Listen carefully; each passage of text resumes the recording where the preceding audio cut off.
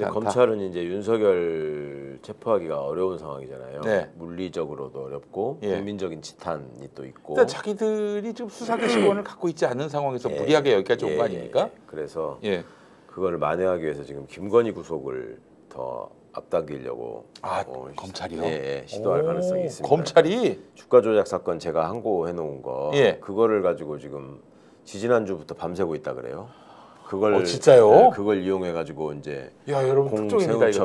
하려고 예. 국민들한테 저희가 이거 바로 잡았다. 근데 만약에 그거를 또 말아먹으면 네. 특검 출범하고 다음에 예. 새 정부 출범하고 하면은 다 처벌 받을 거 아니에요. 그렇죠. 그러니까 예. 그 두려움 때문에라도 예.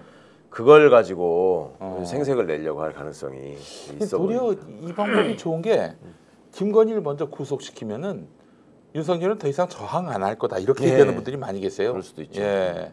그래서 근데 이제 잡으러 가기 힘든 건 어차피 똑같기 때문에 같은 굴에 숨어 있잖아요 지금. 아니 근데 그 김건희는 그래도 민간인이니까. 아니 그러니까 뭐 명분이 훨씬 덜하긴 한데 네. 잡아오는 그러니까 막는 입장에서 예.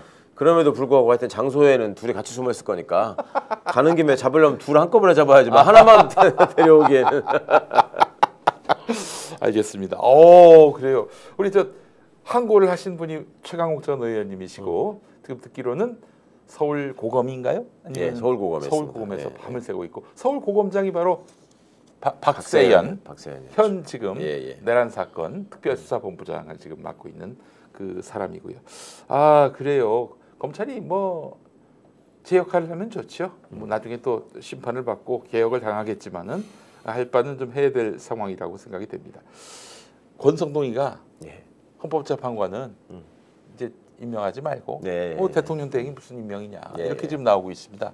예상대로 지금. 그러면은 현재 6명인데 6명에서 한 명이라도 만약에 그 탄핵을 반대하면은 이건 뭐 나가리가 되는 것이고 윤석열은 컴백하고 그렇다면 정영식 혼자만으로도 충분히 가능하다 이렇게 판단을 하고 있는 것 같아요. 하여튼 정영식, 김영도 둘 중에 하나는 반대시키면 된다 이런 생각을 할 텐데. 네.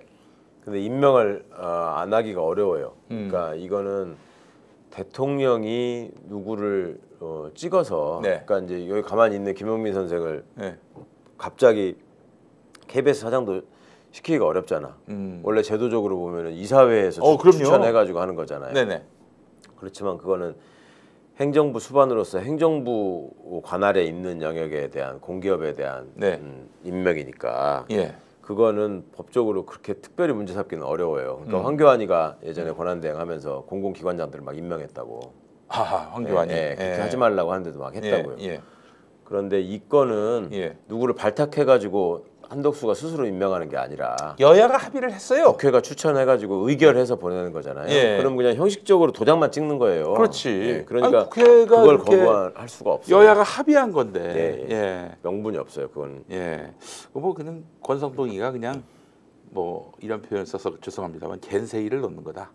그것도 이제 윤하고 교감하에서 원래 이제 윤석열이가 그런 수법을 쓸 것이다라고 저희가 처음부터 예상했거든요. 그런데 그 입으로 또 양곡법이라든지 김건희 특검법은 또 거부하라고 한덕수 보고.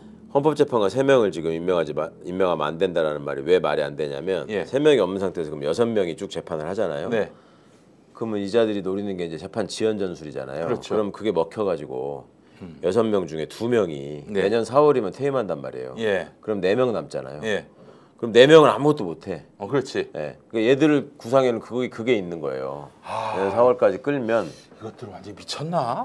근데 그렇게 되면 헌법기관의 기능이 마비되는 일이라서 그야말로 전형적인 탄핵 사유입니다. 그러니까 애초에 임명 안 하는 게. 그러니까 한덕수 총리가 이건 임명 안 하기는 어렵습니다. 해야죠. 이건 파행을 부를 수 있는 일이기 때문에.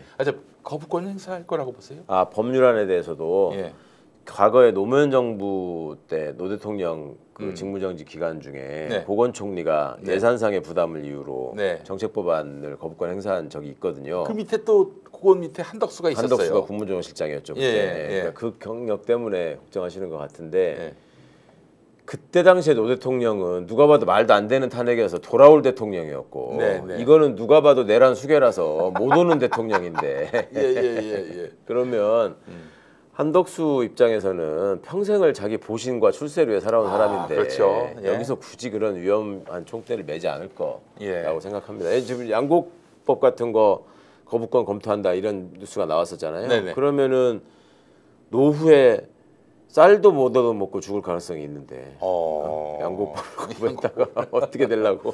어쨌든 그 거부권을 행사하지 않는 게 가장 자연스럽습니다. 그럼요. 예. 예.